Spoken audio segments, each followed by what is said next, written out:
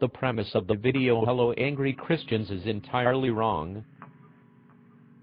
The rest of Yeshua's mission aside, he was a teacher of Torah, a rabbi. Doesn't logic dictate that teachers should be judged solely by their teachings? This failure to grasp even the most rudimentary logic is true of all Pat's videos. The correct premise is not to speculate. What would Jesus think? This would be guesswork and must be dismissed. The correct premise is, what did Rabbi Yeshua teach? On this premise we may proceed. In the video, Pat pleads with the followers of Yeshua, including me, to love our enemies, and granted, if he were truly and only our personal enemy, we would have no problems with showing him brotherly love. Unfortunately, he is not our personal enemy only, he is the enemy of Yahweh and the enemy of Rabbi Yeshua. Ancient Greek employed 2 words for enemy, each with a different meaning, and no less than 4 words for love. Again, each differing in meaning. The semantics of the Greek words used for enemy and love are certainly at odds with the vague, generalized translations found in English Bibles. Yeshua taught that a believer is to have agape, translated into our unexpressive English language as love, only phrenecthrus, which corresponds with the Latin inimicus, and applied to a personal or private enemy. Agape means to love in a moral sense, including charity, compassion, respect, and mercy.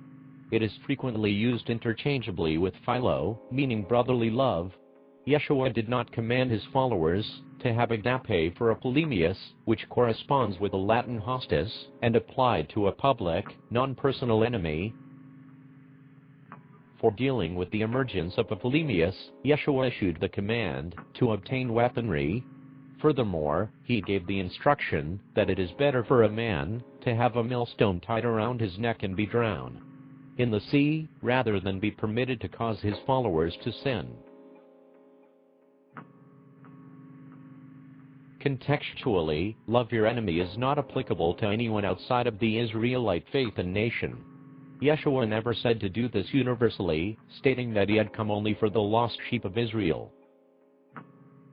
He preached to Israelites only, spoke this command to Israelites only, and was merely pointing out his favorite command from Yahweh, which comes from Leviticus chapter 19, verse 18, reading, "Take no revenge, and cherish no grudge against your fellow countrymen. You shall love your neighbor as yourself. I'm the Lord."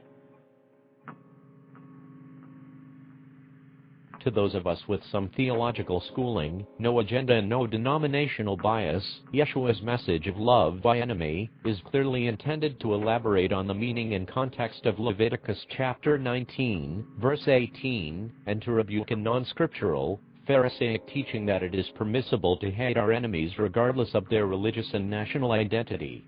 The Torah contains no such instruction to hate.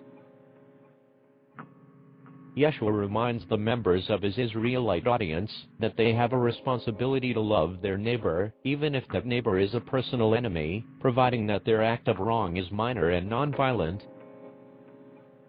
We are to embrace all members of the Israelite nation and faith, and we are not to bring lawsuits against believers. Again, provided the grievance is minor and personal in nature. Saul repeats the prohibition in 1 Corinthians chapter 6.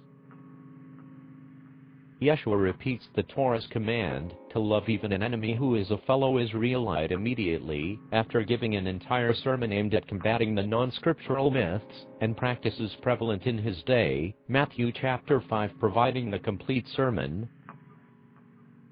Moreover, Yeshua takes the opportunity to rebuke the misuse of an eye for an eye retribution, given that this rebuke is contained within the same sermon expounding on the importance of Israelite brotherhood and keeping the Torah, which includes the right for a magistrate to impose a literal eye-for-eye punishment. Clearly it is not intended as an attack on an eye for an eye in the legal system, but rather as a renunciation of a flippant, tit-for-tat mentality among Israelites, such a mentality being a direct contravention of Leviticus chapter 19, verse 18. He even closes the sermon by drawing a comparison between the behavior of the non-believing compatriots and pagans, and what should be the behavior of God-fearing Israelites. Pat makes a sophomoric error in failing to comprehend the wealth of contextual information contained in the sermon, missing the point completely. But what about turning the other cheek? The command comes in the same passage and carries the same context. Yeshua lived and taught in a culture which viewed striking someone deemed to be of a lower class with the back of the hand as an assertion of authority and dominance. Few insults could have been more personal. If the persecuted person turned the other cheek, the discipliner was faced with a dilemma. The left hand was used for unclean purposes, so a backhand strike on the opposite cheek with the left hand would not have been performed. The other alternatives were to slap with the open palm of the right hand or to punch, but neither of these would have been performed as they were perceived to be a challenge between equals, a statement of rivalry. Thus, by turning the other cheek, the persecuted was, in effect, demanding equality. It is in no way an attack on the God-given right to the legitimate use of violence. Yeshua certainly didn't turn the other cheek to the enemies of Yahweh. He attacked them verbally and physically, and made it clear that his return will be as a warrior king ruling with a rod of iron, and dashing the nations to pieces. There is nothing at all contained in any of the teachings of Rabbi Yeshua which would forbid a believer from verbally or physically attacking Pat, not that I'm suggesting it as an option, only that it is justifiable on a scriptural basis.